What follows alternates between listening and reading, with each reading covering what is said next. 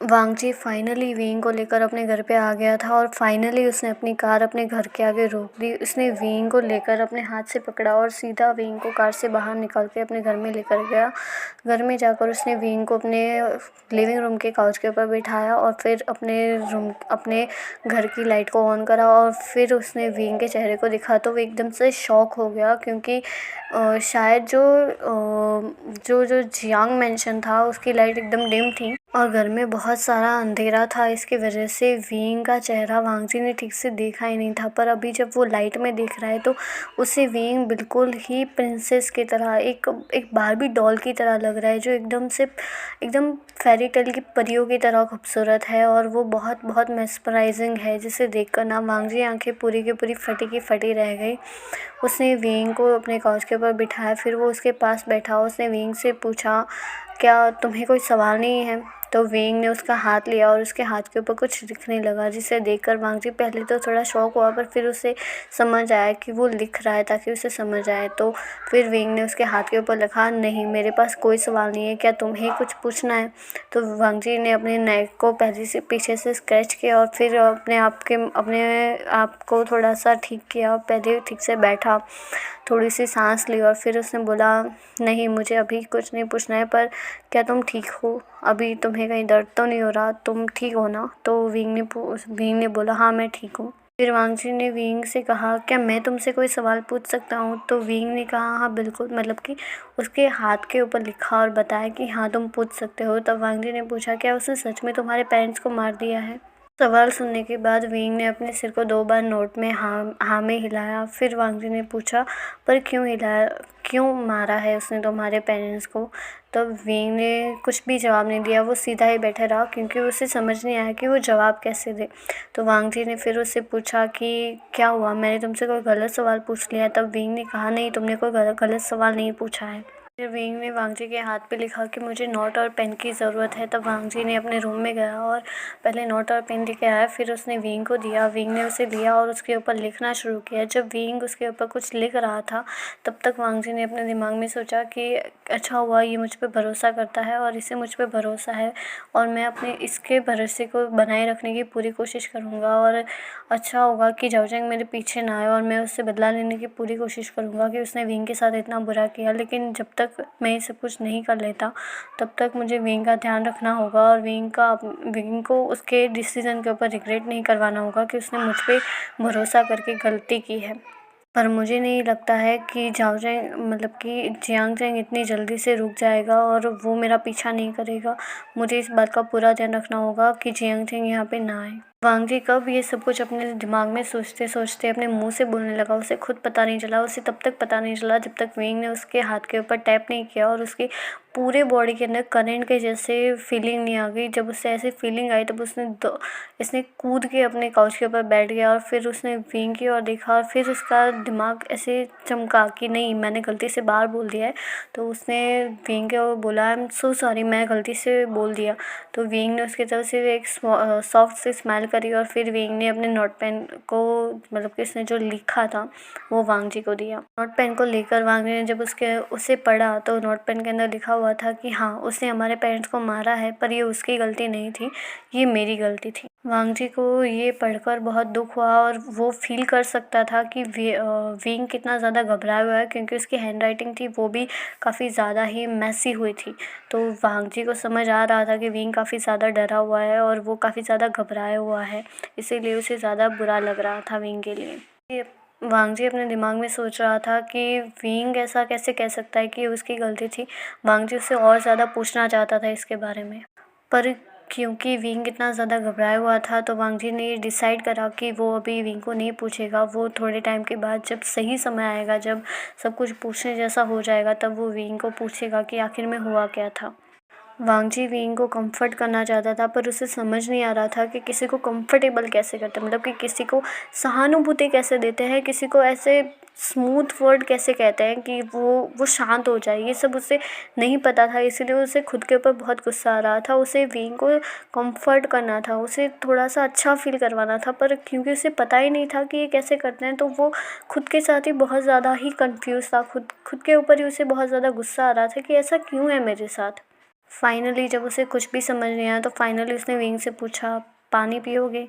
तब वेंग ने कहा। वांगजी ने क्योंकि ऐसे शांत से सिचुएशन में ऐसे वाटर, ड्रिंक ऐसा पूछ लिया था, तो उसकी वजह से उसकी एलियन जैसी लैंग्वेज को लेकर ना उसे बहुत ज़्यादा ही शर्म आ रही थी। उसका मन कर रहा था कि वो अभी कहीं पे जाए और बस कहीं पे बस छुप जाए, और ऐसे वांगजी को ऐसे एलियन जैसी लैंग्वेज में बोलते हुए कि वाटर, ड्रिंक ऐसा बोलते हुए सुनकर ना वेंग को बहुत हंसी आ गई, और वेंग को हंसता हुआ देखकर वांगजी को भी अच्छा लगा।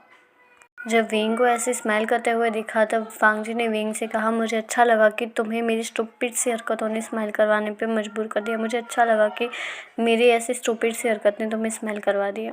वांगजी ने जब ये बोल दिया तब उसे फील हुआ कि उसने क्या बोला है। जब उसने अपने शब्दों को फिर से खुद से ही रिपीट करा तब उसे समझ आया कि नहीं, ये उसने क्या बोल दिया है।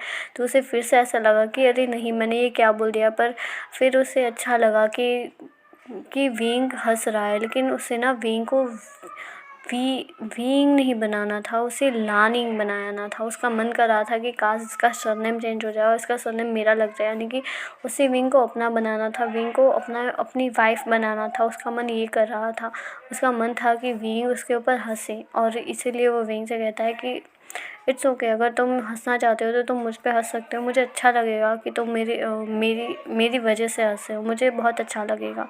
विंग ने जब वांगजी की ये बात सुनी कि वो उसके ऊपर हंस सकता है तो उसकी आंखें पूरी बड़ी बड़ी हो गई, क्योंकि उसे ऐसा लगा था कि वांगजी के ऊपर ऐसे हंसने की वजह से वांगजी उससे गुस्सा हो जाएगा। पर क्योंकि वांगजी उसके ऊपर गुस्सा नहीं हुआ तो विंग को अच्छा लगा, और विंग को ये भी अच्छा लगा कि वांगजी को अच्छा लगा कि विंग हंसा है। जब वांगजी ने उसे ये कहा तो उसके बाद विंग ने अपनी नोट पेन ली और उसके अंदर लिखा, इट्स आई एम सॉरी, मैं आगे से नहीं हंसूंगा। तब वांगजी ने उससे कहा, नो इट्स ओके, तुम हंस सकते हो। वाटर? फिर उसने कहा, नहीं नहीं नहीं नहीं, डिनर। तो वांगजी की बात सुनकर वेंग ने नोट किया। वेंग को भी कब से भूख लगी थी तो उसे फाइनली हाँ बोला। फिर वांगजी किचन में गया खाना बनाने के लिए। वांगजी किचन में जाने के बाद वापस आ गया। वांगजी को देखकर वेंग ने वांगजी के सामने क्वेश्चनेबल लुक बनाया, तो वांगजी ने अपनी नेक को स्क्रैच करते हुए बड़ी ऑकवर्ड सी स्माइल के साथ कहा, actually I don't know how to cook.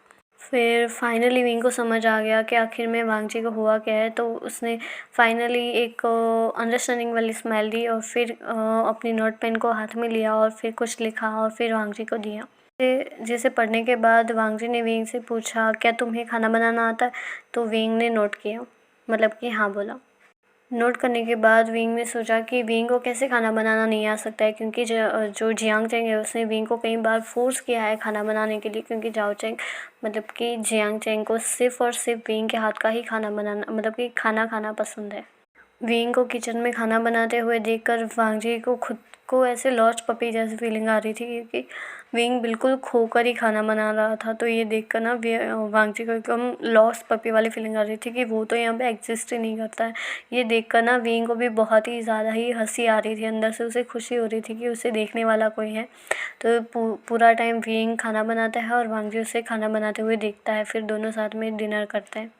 जब दोनों साथ में डिनर करते हैं तब वांगजी विंग के हाथ का खाना खाकर विंग को थोड़ा सा प्रेज़ करता है, थोड़ा से ऐसे बताता है कि नहीं, तुम बहुत अच्छा खाना बनाते हो, तुम अच्छे से कुक कर लेते हो, तुम्हारे हाथ की डिशेस बहुत अच्छी होती है। जबकि वो जो सारी की सारी डिशेस थी वो सब कुछ एकदम नॉर्मल खाना था, कुछ ऐसे ज़्यादा होटल वाला खाना भी नहीं था, एकदम नॉर्मल डिशेस थी, जैसे रामियन थे, ऐसी चीज़ें ही थी, कुछ ऐसी कुछ एक्सपेंसिव सी चीज़ें नहीं थी, एकदम नॉर्मल सी थी।